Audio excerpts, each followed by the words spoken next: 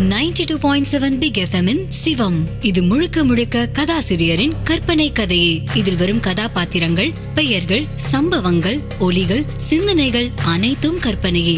யார் உணர்வையும் மனதையும் எந்த தரப்பினரையும் புண்படுத்தும் நோக்கத்துடன் தயாரிக்கப்பட்டதல்ல. இதில் வரும் கதையோ சம்பவமோ நிஜ வாழ்க்கையில் இடம்பெறுமாயின் அது தற்செயலானதே. பிக் FM இதற்கு பொறுப்பேற்காது. இது 92.7 பிக் FM இன் தயாரிப்பு.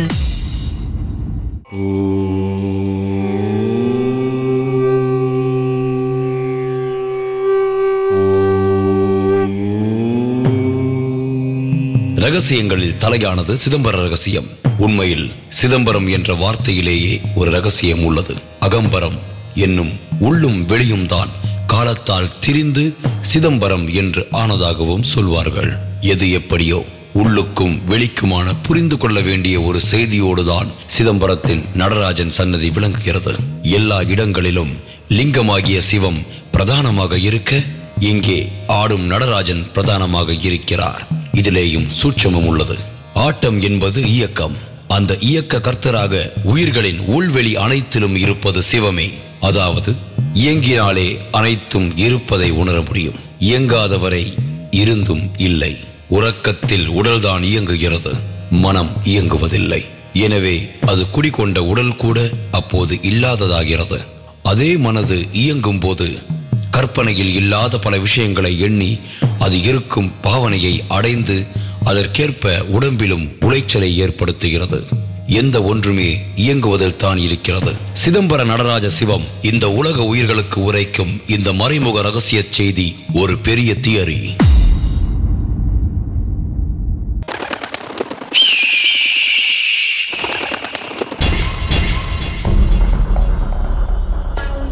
எதிரில வந்து உட்கார்ந்த வீரையனை பார்த்து பட்டர் அதிர்ந்து போனார்.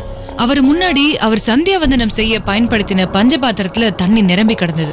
வீரையன் அதை பார்த்தபடி சின்ன குழந்தை தத்தி வர மாதிரி கிணத்து திட்டுலேருந்து பறந்து வந்து தத்தி தத்தி நடந்து அந்த பாத்திரத்து பக்கத்துல வந்து உட்கார்ந்தது. பட்டருக்கு திகைப்பு கூடிக்கிட்டே போச்சு. பயத்துல சில அடிகள் பின்னாடி போனார். தத்தி வந்த வீரையன் அங்க சந்தி செய்யும் போது அர்க்கயமா விட்ட தண்ணிய அதோட அலகால விழுங்க தொடங்கிச்சு. ஒரு சின்ன தேக்கமா தேங்கி கிடக்கிற தண்ணிய போய் வீரையன் குடிக்கிறது பட்டருக்கு ரொம்பவே ஆச்சரியமா இருந்தது. பாம்பையும் தேளையும் கொத்தி விழுங்குற ஒரு பட்சி தயிர் சாதம் சாப்பிடுறதும் மந்திரம் பண்ணி விட்ட ஜலத்தை குடிக்கிறதும் மிக விசித்திரமா இருக்க, வீரையன் அந்த தண்ணிய பருகிட்டு கத்திக்கிட்டே வானத்துல பறக்க தொடங்கிச்சு. அப்படி அது பறக்க ஆரம்பிச்ச போது கொல்லப்புறம் வந்த அன்னபூரணியும் வீரையனை பார்த்து வீந்து போனான். என்னன்னா இது, எங்க வந்துட்டு போறது இந்த கழுகு? அது ஏண்டி கேக்குற? நான் சந்தி பண்ணும்போது அர்க்கியமா விட்ட ஜலத்தை குடிச்சிட்டு பறந்து போது பார். ஏரியில இல்லாத ஜலமா இல்ல குளத்துல இல்லாத ஜலமா? இந்த ஜலத்தை தேடி வந்து குடிச்சிட்டு போறதே அதாண்டி எனக்கும் புரியல. எல்லாமே விசித்திரமா இருக்கு. ஆனா ஒண்ணு மட்டும் உறுதி, என்ன இது பொறப்புலதான் கழுகு, புத்தியில இது ரிஷி. இன்னைக்கு இது இப்படி செஞ்சதுக்கு பின்னால பெரிய அர்த்தம் இருக்குமோன்னு தோன்றதன்னோ. சரி சரி, நாழியாச்சு, கிளம்புங்கோ. உங்களுக்கு முந்தி தீட்சிதர் கோயிலுக்கு புறப்பட்டு போய் வாசல்ல நின்று இருக்காரு. ஓ அப்படியா? இவரை என்னால புரிஞ்சுக்கவே முடியல. கோவில் ஏடுங்கிறார், விடிஞ்சிரும் பாருங்கிறார். என்ன தெரிய போறதோ எது தெரிய போறதோ. பட்டர் புலம்பிக்கிட்டே கிளம்ப தொடங்கினார். ஃப்ரெஷ்ஷா விடிஞ்சிருந்த அந்த காலை நேரம் ரொம்ப ரம்யமா இருந்தது. ஈரத்துல பளிச்சுன்னு இருக்கிற வீட்டு வாசல் கோலங்கள், மல்லி கொடியிலேருந்து உதிர்ந்து விழுந்திருக்கிற பூக்களோட வாசம்னு பட்டர் மனசுல பாரதியையும் ராஜையும் காணோங்கிறது இரவெல்லாம் தூங்காம கண் விழிச்சிருந்ததுனால அந்த அசதியில கொஞ்சம் மறந்திருந்தாரு. ஆனாலும் அர்த்த ராத்திரியில அந்த திருடர்கள்னால ஏற்பட்ட பதட்டம் தான் அவருக்கு அதிகமா இருந்தது. மனசுல இத பத்தி நினைச்சுக்கிட்டே நடக்க கோவில் வாசல் வரைக்கும் வந்து சேர அங்க ஒரே கூட்டம். எப்பவும் இல்லாதபடி பட்டர் கட்டியிருந்த பட்டு வேட்டி கச்சமும் ஷாலும் யாரோ விஐபி மாதிரி அவர் தோற்றம் அளிக்க, பட்டர் வரவுக்கு கூட்டமும் கலைஞ்சு வழிவிட அவரை வரவேற்கத்தான் கூட்டம் கூடின மாதிரி இருந்தது. ஆனா இது திருடர்கள்னால உருவான பதட்டம். வாரும் வைத்தியநாத பற்று, கதவை திறந்து உள்ள பாரும். எதுக்கு எல்லாராண்டையும் இத்தனை பதட்டம்? சரிதான், கள்ளப்பயலுக ஒருத்தனுக்கு 4 பேரு உள்ள பூந்திருக்காங்களாம். எது இருக்கோ எது இல்லையோ. அதான் அவளை எல்லாம் பைரவ சுவாமி பட்டாளமா வந்து புடிச்சே கொடுத்துட்டாரே. ஆமா, சாமி வந்து புடிச்சு கொடுக்குது. அதுக்கு அதான் வேலை பாரு.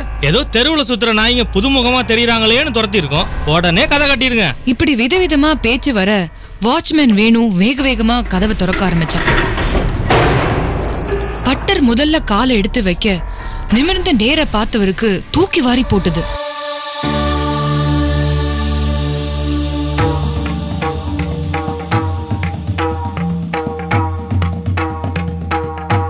ஈஸ்வரா! நந்திக்கு முன்னாடி கல் மண்டபத்துல பிரகாசமா பல விளக்குகள் மத்தியில நடராஜமூர்த்தியின் சொரூபம். பட்டர் வேக வேகமா உள்ள ஓடினார். பின்னாடியே கூட்டமும் அவரை தொடர்ந்தது. தீட்சிதரும் கூட இருந்தார்.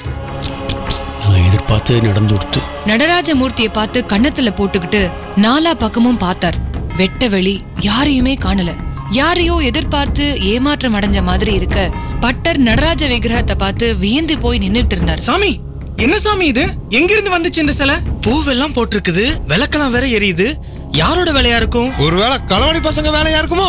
இது நம்ம கோவில் நடராஜ மூர்த்தியே தான். மரகதத்தால ஆன சிலை இது. பல 100 வருஷங்களுக்கு முன்னாடி கஜினி முகமது படையெடுத்து வந்தப்போ காணாம போனதா சொல்லுவா. ஆனா இது எப்படி இப்ப இங்க வந்ததுன்னு தெரியலையே. எல்லாரும் நடராஜமூர்த்தியை பார்த்தபடி கருத்து பரிமாறிக்க ஒரு சிலர் சாஷ்டாங்கமா விழுந்து சேவிக்க தொடங்கினாங்க. அத பார்த்த அப்புறம்தான் பட்டருக்கு தான் நமஸ்காரம் செய்ய தவறினது உரைச்சுது. உடனே தோள் துண்ட இடுப்புல கட்டிட்டு சாஷ்டாங்கமா விழுந்து நமஸ்காரம் செஞ்சுட்டு நேரா தீட்சிதர் கிட்ட வந்தார்.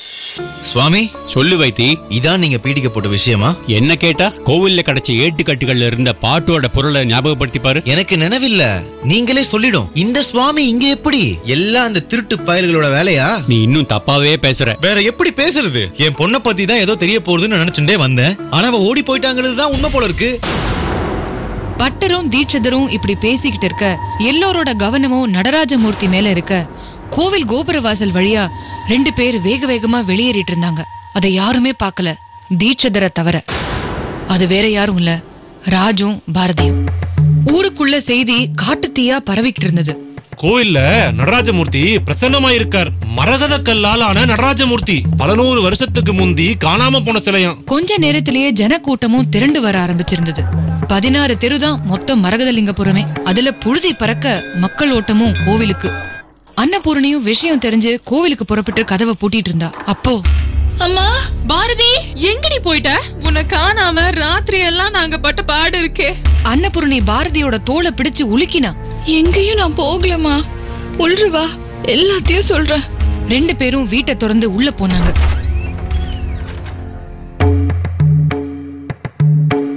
இன்னொரு பக்கம் ராஜும் தீட்சிதர் வீட்டுக்கு வந்து தன்னோட சூட்கேஸ்ல இருந்து வெளியே சிதறி போட்டு வச்சிருந்த சாமான் எல்லாத்தையும் அள்ளி போட்டுட்டு இருந்தான்.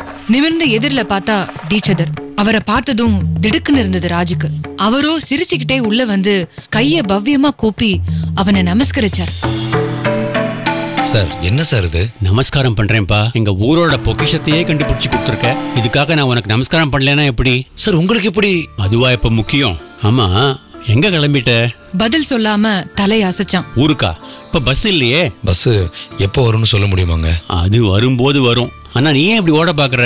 உனக்கு அத்திமேட்ட அவ்வளவு பயமா? இல்ல, இது வேற. வேற என்ன? சாரி, நான் இங்க இருந்தா என்ன ஆகும்னு எனக்கே தெரியலங்க.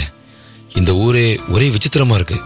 பாம்பு வருது, நாய்கள் துரத்துது, திடீர்னு எரியாத விளக்கெல்லாம் எரியுது.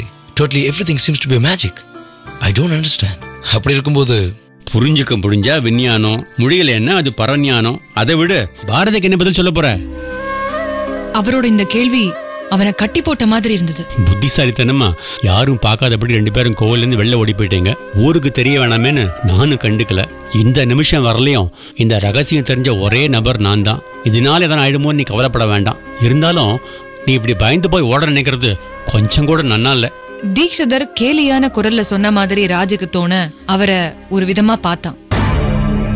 வெளியில ஒரு கூட்டம் தீட்சிதரை தேடிட்டு வந்தபடி இருந்தது.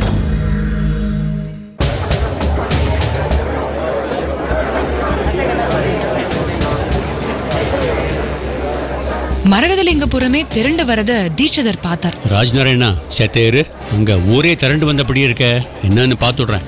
தீட்சிதர் கவனத்தை வெளியே கூட்டத்து மேல செலுத்த ராஜுக்குள்ள தப்பிச்சு போக முடியாத ஒரு நிலை. கூட்டமும் திபு திபுன்னு வீட்டு வாசல் வரைக்கும் வந்து சேர்ந்தது. கூட்டத்துல ஒரு சப் இன்ஸ்பெக்டரும் பட்டரும் இருந்தார். தீட்சிதருக்கு எல்லாமே புரிஞ்சது. பட்டரும் சப் இன்ஸ்பெக்டரும் உள்ள நுழைஞ்சாங்க. பட்டர் ராஜ பார்க்கவும் 2 பேரும் அதிர்ந்து போன ஒரு உணர்வை வெளிக்காட்டினாங்க. தீட்சிதரே, இவன் என்ன வைத்தி, உன் மருமா இங்க இருக்கானேன்னு பாக்குறா? நேத்து ராத்திரி பின்னால போய் கொலையில படுத்துட்டான் போல் இருக்கு. நான் கவனிக்கல. ஆக மொத்தம் எங்கேயும் ஓடி போயிடல, இங்கதான் இருக்கான். ஒரு பொதுவான பதில சொல்லிட்டு சப் இன்ஸ்பெக்டரை பார்த்தார். சப் இன்ஸ்பெக்டர் ராஜையும் தீட்சிதரையும் பார்த்தபடி, சாமி, எனக்கு ஸ்டேஷனுக்கு விதமான தகவல் வந்துச்சு. ஏதோ அந்த காலத்து சிலை திரும்ப கிடைச்சிச்சுன்னு அதை ஒரு கூட்டமே திருட வந்துச்சுன்னு சில சொல்றாங்க. அதை கொண்டு வந்து வச்சது அவங்க தானே. இது மட்டும் இல்ல, இப்படியெல்லாம் நடக்கணும் நீங்க ஃபர்ஸ்டே கோயிலேட்ல வேற இருந்ததா சொல்லிருக்கீங்களாமே. ஆமா, என்ன இதெல்லாம்? சப் இன்ஸ்பெக்டர் ரொம்பவே ப்ரொஃபஷனலா என்கொயரி செய்ய தொடங்கியிருந்தார். நீங்க எப்படி நினைக்கிறீங்களோ அப்படி எடுத்துக்கோங்களேன். தீக்ஷிதர் சொன்ன அந்த பதில் எல்லாருக்கும் ஆச்சரியத்தை தந்தது. என்ன சொல்றீங்க? உண்மையில என்ன நடந்ததுன்னு அப்ப யாராலையும் சொல்ல முடியாதா? அதான் பிடிச்சு வச்சிருக்குமே அந்த திருட்டு பசங்களை, அவளை விசாரிச்சு பாக்குறது. அதான் நாங்க திருடத்தான் வந்தோம், நாங்க எதையும் கண்டுபிடிக்கல, கோவில்ல எதையும் விடவும் இல்லைன்னு சொல்லி மூக்கால் அழுறாங்களே. அப்போ ஏற்று சொன்னபடி நடந்திருக்குன்னு முடிவு செய்ய வேண்டியதுதான். அதே என்ன ஏடு? அதுல அப்படி என்ன சொல்லிருக்காங்க? மனுஷனுக்கு ஜாதகம் இருக்க மாதிரி இந்த கோவிலுக்கான ஜாதகம் தான் ஏடு. வேர்ல்ட் ட்ரேட் சென்டர் மேல விமானம் மோதுன்னு ஒரு 500 வருஷம் முன்னாடி நாஸ்டர்டாம்ங்கிற ஒரு ஞானி எழுதி வச்சுட்டு போன மாதிரி இந்த கோவில்லையும் சில சம்பவங்கள் நடக்கும். அது எப்போ நடக்கும், எப்படி நடக்கும், இந்த மாதிரி விஷயங்களை சொல்றதா இந்த கோவில் ஏடு. அங்க எழுதுனது நாஸ்டர்டாம், இங்க எழுதுனது யாரு? இந்த கோவிலுக்கு சபேஸ்ங்கிற ஒரு ஜோதிட பண்டிதர் வந்தாராம். இப்போ இல்ல, ஒரு 500-600 வருஷத்துக்கு முன்னாடி. அவருக்கு இங்க வர்றப்போ கண் பார்வை இல்லாம இருந்ததான். இங்க வந்ததுக்கு அப்புறமா இந்த மரகதலிங்க சுவாமி கிட்ட பிரார்த்தனை பண்ணிக்கவும் அதுக்கப்புறமா கண் பார்வை வந்ததாகவும் பேச்சு. அதன் பிறகு அவர் இந்த ஊர்லயே தங்கி இங்கேயே சமாதி ஆயிட்டதாவும் கேள்வி. அவர் தான் தன்னோட ஞான திருஷ்டியால இந்த கோவில்ல எது எப்ப நடக்கும்னு எழுதி வச்சது. ஐசி, அப்போ அதன்படிதான் அந்த விக்கிரகம் கிடைச்சிருக்குதா? அப்படிதான் இருக்கணும். சரி, அந்த ஓலையில அப்படி என்னதான் இருந்துச்சு? சப் இன்ஸ்பெக்டர் முக்கியமான கேள்விக்கு வரவும் தீட்சிதர் ஒரு முறை ராஜ பார்த்தார். ராஜ் இனிமே பயத்தோட ஒதுங்கி இருக்கிறது தப்புன்னு நினைச்சு முன்னாடி வந்தான். இன்ஸ்பெக்டர், மற்ற விஷயங்களை நான் சொல்றேன். My name is Raj Narayan. நான் ஸ்டேட்ஸ்ல சாஃப்ட்வேர் இன்ஜினியரா இருக்கேன். இங்கே அத்தை வீட்டுக்கு வந்தாங்க. வந்த இடத்துல கோயிலுக்கும் போனேன். ஆனா நான் உள்ள சுத்தி பார்த்துட்டு இருக்கும்போது கதவை அடிச்சிட்டு போயிட்டாங்க. எனக்கு எப்படி வெளியே வருதுன்னு தெரியல. பல விதமாக எப்படியாவது வெளியே வர முயற்சி செய்யும் போது தான் அந்த திருட வந்தாங்க. அவங்கள அந்த நாய்ங்க துரத்துச்சு. அவங்க மரத்தில் ஏறி மதில் சுவர் மேலே குதிச்சு தப்பிச்சு ஓட்டாங்க. அதுக்கப்புறம் அந்த நாய்ங்க என்ன துரத்த ஆரம்பிச்சது. நான் உள்ள அபிஷேக நீர் விழுற கல் தொட்டியில் இறங்கி நாய்கள் கிட்ட தப்பிக்கலான்னு முயற்சி பண்ணேன். அப்போ அந்த கழிவு நீர் போற வழியா கொஞ்சம் தூரம் ஊர்ந்து போகும்போது தான் அங்க ஒரு சுரங்கப்பாதை இருந்தது நான் பார்த்தேன். உள்ள ஒரு பெரிய அறை இருந்தது, நல்ல ஸ்பேஸ் இருந்தது. இப்போ நீங்க என் கூட வாங்க, நான் அதை காட்டுறேன். அங்கதான் அந்த மரகதலிங்கத்தை பார்த்தேன். அதை கொண்டு வந்து கல் மண்டபத்தில் வச்சது நான் தாங்க. மெயின் கதவை திறந்துட்டு எல்லாரும் உள்ள வரவே நான் சத்தம் போடாம வெளியே வந்துட்டேங்க. இதான் நடந்தது. ராஜ் கூட்டாம குறைக்காம நடந்ததை அப்படியே சொன்னான். ஆனா சாமர்த்தியமா பாரதி தன்னோட இருந்ததை மறைச்சிட்டான். பட்டர் பார்வை உடனே தீட்சிதரை தொலைச்சது. கொல்லையில படுத்துட்டு இருந்ததா சொன்னீரே. நான் வீட்டுக்குள்ள நுழையும் போது கொல்லையில படுத்துட்டு இருந்தான், அதை சொன்னேன். தீட்சிதர் ஒரு மாதிரி சமாளிச்சார். ராஜோட ஸ்டேட்மெண்ட்டை அவர் துளி கூட எதிர்பார்க்கவே இல்லை. சார், நான் சொல்லலைன்னா இது யாருக்கும் தெரிய போறது கிடையாது. இருந்தாலும் நான் இதை ஏன் சொன்னேன்னா அதுக்கு ஒரு காரணம் இருக்கு. என்ன காரணம்? நடந்தது ஒரு தற்செயல் சம்பவம். நான் இந்த ஊருக்கு வந்தது என் அத்தையை பார்க்க, பர்டிகுலரா என் அத்தை பெண் பாரதியை கல்யாணம் செஞ்சுக்க. அவ்வளவுதாங்க. வந்த இடத்துல தான் இவ்வளோ சம்பவங்களும். இதை பத்தி எல்லாம் ஏடு சொல்றதா இந்த தீட்சிதர் சொல்றது எவ்வளவு தூரம் உண்மைன்னா எனக்கு தெரியாது. ஆனா ஒண்ணு, நான் தெய்வ நம்பிக்கை பெருசா இல்லாதவன். நேற்று ராத்திரி நடந்த சம்பவம் என்னை பெருசா யோசிக்க வச்சிருக்கு. இதுதான் உண்மை. இந்த உண்மையை நான் சொல்ல தவறுனா அப்புறம் இந்த சிலையை பத்தின விஷயங்கள்லாம் கற்பனை போயின்லாம் சொல்லுவாங்க. அதனாலதான் ஒளிவு மறைவு இல்லாம எல்லா உண்மைகளையும் சொல்லிட்டாங்க. இன்ஃபேக்ட் இந்த கோயில்ல இன்னும் கூட சுரங்கப்பாதைகள் இருக்கலாம். அதுல பல பொக்கிஷங்கள் நமக்கு கிடைக்க வரலாம். இனிமே கோவில் நிர்வாகத்தோட கவனம் அதுல போறதுதான் புத்திசாலித்தனம். அந்த சுரங்க அறையில ஒரு மனுஷ எலும்பு கூட நான் பார்த்தேன். அநேகமா அது அந்த சிலையை திருடவோ இல்ல காப்பாத்தவோ முயற்சி பண்ண யாரோ ஒருத்தர் கூட இருக்கலாம்ல. ராஜ் தொடர்ந்து விளக்க சப் இன்ஸ்பெக்டர் ஆச்சரியத்தோட மறுகேள்வி கேட்காம பாத்துட்டு இருந்தார். பிள்ளையாண்டம் சொல்றதுதான் உண்மை. இவன் பேர் தான் ஏட்டுலயும் இருக்கு. அப்படின்னா முதல்ல அந்த ஏட்டை காட்டுங்க, அப்புறம் அந்த எலும்பு கூட்ட பாப்போம். தீட்சிதரும் உற்சாகமா பின்தொடர தொடங்கினார். ராஜ் பட்டரை நெருங்கி, சாரி அத்திம்பேர், எதுவுமே இது பிளான் பண்ணி செய்தது கிடையாது. விதியும்பாளே, அதுதான் விதியாவது கிதியாவதுன்னு பேசுறவன் தான் நானும். ஆனா இனி பேச மாட்டாங்க. ஏன்னா லைஃப் எப்படி வேணா திரும்புறதுக்கு இந்த சம்பவங்களே ஒரு சாட்சி. அத்திம்பேர், அந்த ராத்திரியில கோயில்ல அப்படி மாட்டின்றது நான் மட்டும் இல்லை, பாரதியும் என்னோட தான் இருந்தா. ஊருக்கு தெரிய வேண்டாம் என்னதான் அவளை நான் சொல்லலை. எங்க பேர்ல எந்த தப்பும் இல்லை அத்திம்பேர். பட்டருக்கு வேர்த்து போச்சு. மற்றொரு பக்கம் ஊர் கல்யாண மண்டபத்தில் இருந்த அந்த திருடர்களுக்கு நாட்டு வைத்தியர் வந்து பச்சளை கட்டு போட்டு ஆளுக்கு ஒரு குவளை கரிசலாங்கண்ணி சாரையும் குடிக்க கொடுத்தார். அவங்களும் தப்பி பிழைச்ச சந்தோஷத்துல பெருமூச்சு விட்டபடி இருக்க சுத்தியும் ஊர் ஜனங்கள். வைத்தியரும் அவங்க கூட தான் இருந்தார். இதோ பாருங்க, உங்கள யார் வேணும்னாலும் நாயோட விஷம் தலைக்கேறி நாய் மாதிரி குலைச்சிக்கிட்டே கிடந்து சாகலாம். நான் கொடுத்த மருந்தால கூட விஷம் முறிஞ்சி தப்பியும் பொழைக்கலாம். உங்க உசுர் இந்த நிமிஷம் என் கையில இல்ல, அது அந்த சாமி கையில தான். மிலிட்டரிங்களே வைத்தியரே, இங்கிலீஷ் வைத்தியத்துல வயிற்று சுத்தி 10 ஊசி போடுவாங்களாமே, அதெல்லாம் உங்களுக்கு தெரியாதா?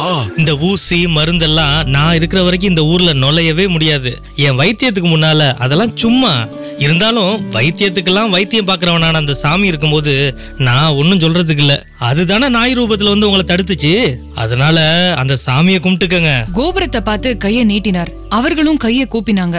அதுல ராஜரத்னத்தோட பிரார்த்தனை மட்டும் விசித்திரமா இருந்தது. சாமி, எனக்கு மட்டும் எதுவும் ஆகலன்னா உன் கோவிலுக்கு ஒரு காவல்காரனா சாகர வரை இருந்து என் பாவத்துக்கு பரிகாரம் தேடிக்கிறேன். மத்த 3 பேரும் கூட கிட்டத்தட்ட அதே தினசுல தான் வேண்டிக்கிட்டாங்க. அப்போ கல்யாண மண்டபத்துக்கு ஒரு போலீஸ் ஜீப் வந்து நின்னுது. ஒரு கான்ஸ்டபிள் வந்து விசாரணைக்காக 4 பேரையும் ஜீப்ல ஏற சொன்னார். வைத்தியர் குறுக்கிட்டு, தயவு செஞ்சு விசாரணைய இங்கேயே வச்சுக்கோங்க. இவங்க இப்ப என்னோட சிகிச்சையில இருக்காங்க. எந்த நிமிஷமும் இவங்க விபரீதத்துக்குள்ளாகலாம். சில நாய்ங்கெல்லாம் 4-5 அங்குலம் வரைக்கும் ஆழமா கடிச்சு சதைய கிழிச்சில வச்சிருக்கு. வைத்தியர் சொன்னது அந்த கான்ஸ்டபிளை நடுங்க வச்சது. திரும்பவும் ஜீப்ல ஏறி போனார் அந்த பிசி. வைத்தியர் சொன்னது அந்த 4 பேருக்கும் மேலும் உலுக்கின மாதிரி இருந்தது. என்னங்க இப்படி சொல்றீங்க? நான் வர வழியில ஒரு நாய் கூட பாக்கலையே. அவ்வளவு நாய் எங்க இருந்தது? எப்படி வந்துச்சுன்னு தெரியலையே. சரி நான் போய் எஸ்ஐயா கிட்ட சொல்றேன். இவனுங்களை விட்டுறாதீங்க. வந்த ஜீப்லயே ஏறி திரும்பி போனார் அந்த கான்ஸ்டபிள்.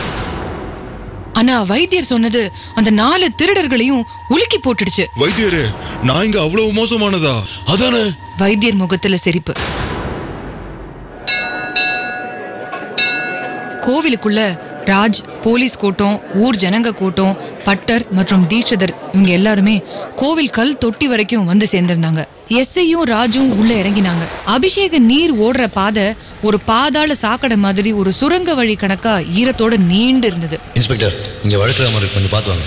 ராஜு உள்ள ஊர்ந்தான். எஸ்ஐ பின்னாடியே போனார். பட்டருக்கு தானும் பின்னால போய் பார்க்கலாமான்னு தோண உள்ள போகிறதுக்கு அரமனசோட முயற்சி பண்ணிட்டு இருந்தாரு. இதுக்குள்ள இப்படி ஒரு வழி இருக்கிறதே தெரியாம போயிடுதே. வேண்டாம் வைத்தி, அவ போயிட்டு வந்துட்டோம். எல்லார் கவனமும் அந்த பாதை மேலேயே இருந்தது. ஒரு 10 நிமிஷத்துல வெளியில வந்தாங்க. எஸ்ஐ கையில ஒரு துணி மூட்டை. பட்டருக்கு ஆவல் தாங்கல. சார், அதுல என்ன இருக்கு? எஸ்ஐ பிரிச்சு காட்ட உள்ள இருந்த மண்டை ஓடும் எலும்பு துண்டுகளும் எல்லாரையும் ஒரு மிரட்டியது. அந்த துணி மூட்டையில ருத்ராட்சங்களும் துண்டு துண்டா செப்பு கம்பியும் கூட கிடந்தது. அந்த மூட்டையை எட்டி பார்த்த தீட்சிதர், இது பிரம்மானந்த பட்டரோட எலும்பு கூட தான் இருக்கணும். பிரம்மானந்த பட்டரா? எல்லாரும் தீட்சிதரை கூர்மையா பார்த்தாங்க.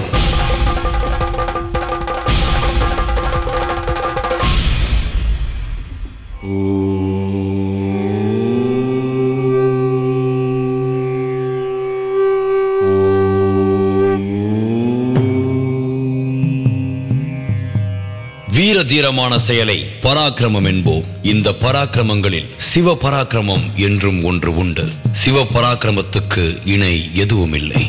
ஆகமங்களும் சாத்திரங்களும் புராணங்களும் கூறும் சிவ பராக்கிரம செயல்களும் அதற்கான வடிவங்களும் மொத்தம் 25 ஆகும். இருந்த போதிலும் இந்த மண்ணில் அனைவரும் அறியும் விதமான சிவ பராக்கிரமம் 64 ஆகும். இதை திருவிளையாடல்கள் என்றும் கூறுவர். இந்த 64 திருவிளையாடல்கள் அல்லாது நிகழ்காலத்தில் சிவம் நிகழ்த்தும் பராக்கிரம செயல்கள் கொஞ்ச நஞ்சமல்ல. கலியில் சிவம் பிரதோஷ காலத்தில் மானிடத்தின் பாப கர்மம் என்னும் விஷத்தை உறிஞ்சிக் கொள்ளும் வல்லமை படைத்ததாக இருக்கிறது. பிரதோஷ வழிபாடு சிறப்படைய சிவ பராக்கிரமம் நம்முள் பெருகும்.